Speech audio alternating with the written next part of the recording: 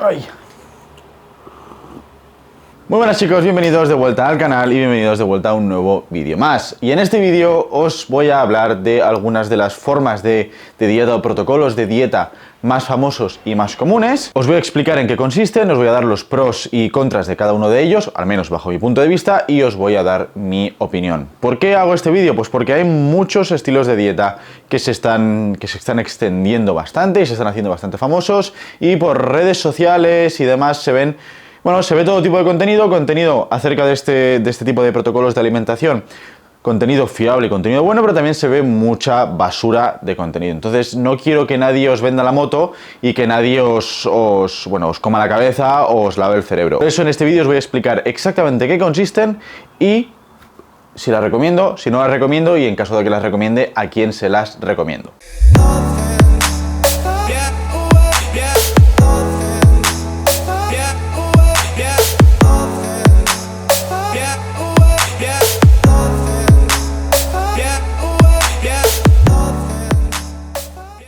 Vamos a empezar con una de las más famosas y más comunes de todas, el ayuno intermitente, que yo creo que será el más famoso, el protocolo de alimentación o la forma de alimentación que más se ha extendido durante los últimos años.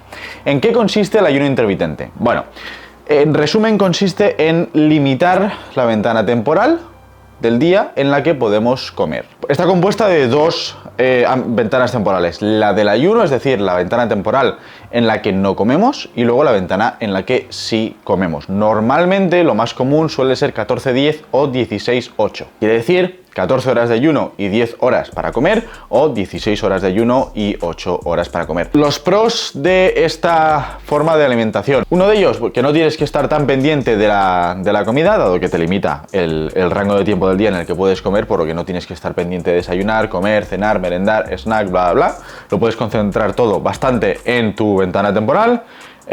Número 2, va muy bien para la gente que no tiene hambre por las mañanas, ¿vale? La gente que se levanta por la mañana, se toma un café y se va a trabajar y ya no come nada hasta media mañana o hasta la hora de comer, de forma subconsciente están haciendo ayuno, porque al fin y al cabo, si tú cenas a las 9 de la noche y no comes nada hasta las 12 de la mañana del día siguiente, ahí hay unas 14-15 horas de ayuno, entonces ya lo estás haciendo. Y por último, facilita la pérdida de peso, pero facilita la pérdida de peso no por hacer ayuno porque sí, sino porque simplemente estamos limitando el rango de tiempo en el que podemos comer durante el día. Entonces, si concentramos nuestras calorías durante ese rango de tiempo, es probable que nuestra primera comida del día, por lo tanto, nos hinchemos a comer y que eso nos sacie bastante y nos mantenga saciados durante todo el rango temporal en el que podamos comer, y luego ya empecemos otra vez el ayuno. Entonces, simplemente por el hecho de limitar las horas en el día en las que podemos comer, ya pues mucha gente ya va a comer menos y por lo tanto van a perder peso. Pero insisto, no por el ayuno intermitente como tal, sino por estar en déficit, por comer menos. ¿Desventajas? Pues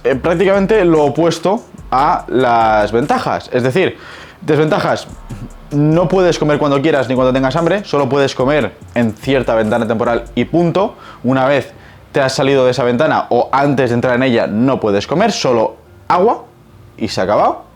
La gente la pinta como la panacea cuando no lo es. Insisto, la gente que lo promueve para la pérdida de peso, simplemente pierdes peso porque comes menos, no porque estés haciendo ayuno, sino porque estás comiendo menos. Entonces, que no os coman la cabeza y que no os vendan la moto. El ayuno intermitente no es algo mágico, simplemente te obliga a comer en cierta ventana temporal y puede que ello te haga comer menos. Desventaja número 2, dificulta bastante la ganancia de masa muscular. No por el ayuno como tal, sino porque al fin y al cabo al limitar el rango de tiempo del día en el que puedes comer, si ya de por sí a la hora de ganar masa muscular por lo general comemos más calorías de las que nuestro cuerpo necesita, eso implica comer más de lo que normalmente comeríamos, y por lo tanto la gente que tiene que comer muchas calorías se le va a hacer muy difícil cumplir con todos los macros del día durante ese rango de tiempo. No es imposible, ni mucho menos, pero bueno, no ayuda. Entonces, yo por ejemplo, que estoy a 3.200, 3.300 calorías al día, si yo solo puedo comer, por ejemplo, de 10 de la mañana a 6 de la tarde, me va a ser un auténtico infierno cumplir con las calorías del día. Y luego, desventaja número 3, puede generar ansiedad, precisamente por el hecho de tener prohibido comer fuera de la ventana temporal en la que podemos comer. ¿A mí qué me parece el ayuno intermitente? A mí me parece estupendo para la gente que, insisto, no tiene hambre por las mañanas. Te tomas un café o un vaso de agua, te vas a trabajar y ya no comes nada hasta mediodía o hasta media mañana. Me parece estupendo. Para los demás, para la gente que le gusta desayunar, para la gente que le gusta comer tarde, para la gente que le gusta comer cuando tienen hambre, pues me parece un tipo de alimentación que no es viable. Más que nada porque no te va a aportar ningún beneficio extra. Insisto, si lo que queremos es, por ejemplo, perder peso, aquí no va a depender de si hacemos ayuno o no hacemos ayuno. Aquí depende de las calorías y de los macronutrientes que consumimos durante el día. Siempre que estemos en déficit vamos a perder, independientemente que tú comas durante todo el día o que comas de 10 de la mañana a 4 de la tarde. Eso da absolutamente igual.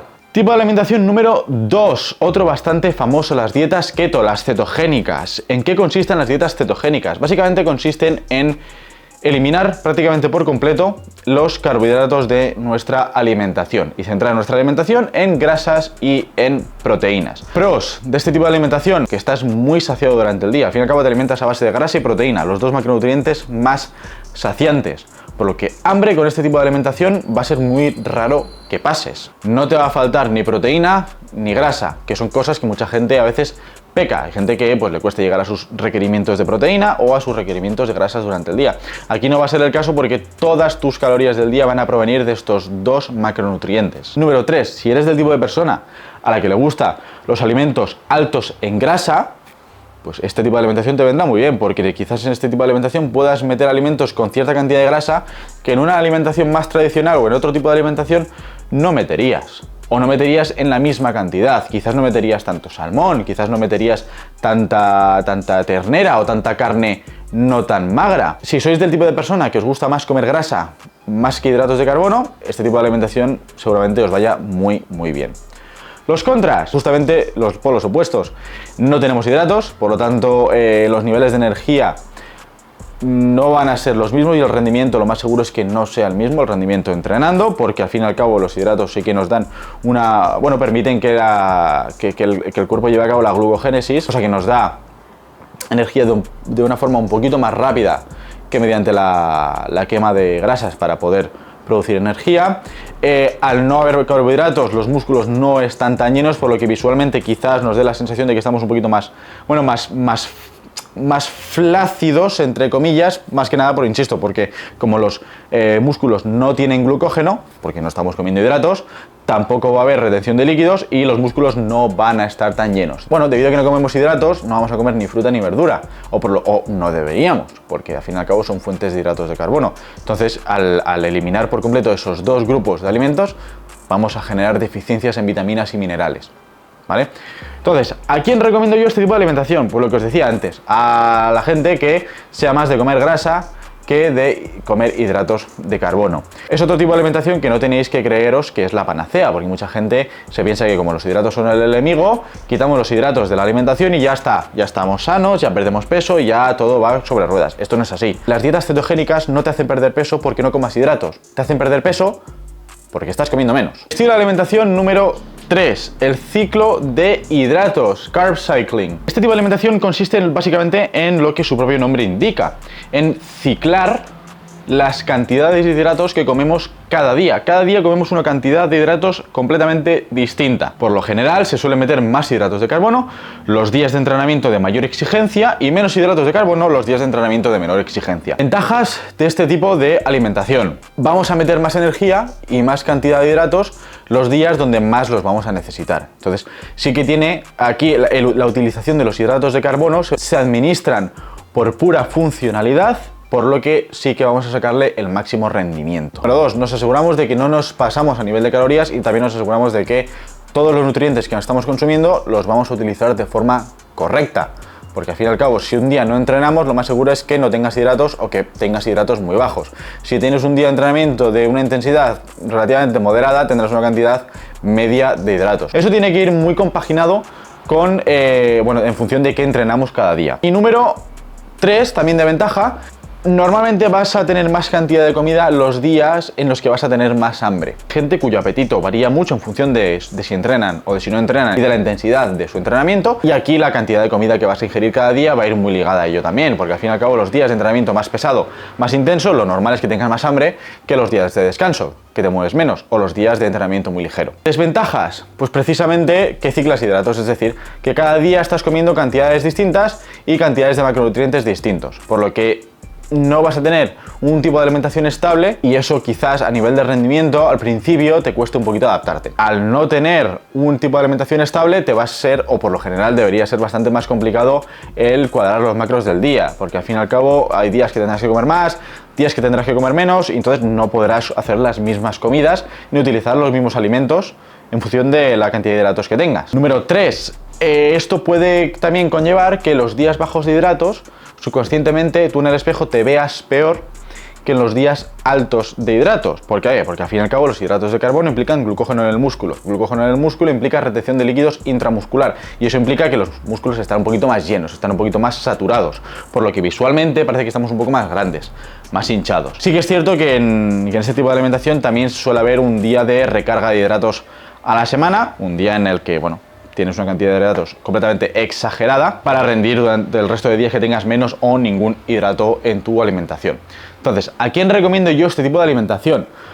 Pues precisamente al tipo de gente que os decía antes, al tipo de gente cuyo apetito varíe mucho en función de si entrenan o si no entrenan y de la intensidad con la que entrenen. Gente con no mucho apetito, si no tienes mucho apetito, aquí solo comerás mucho los días altos en hidratos. Y prácticamente ya está. Entonces, insisto, es un tipo de alimentación que se guía mucho por la funcionalidad de los macronutrientes que consumimos.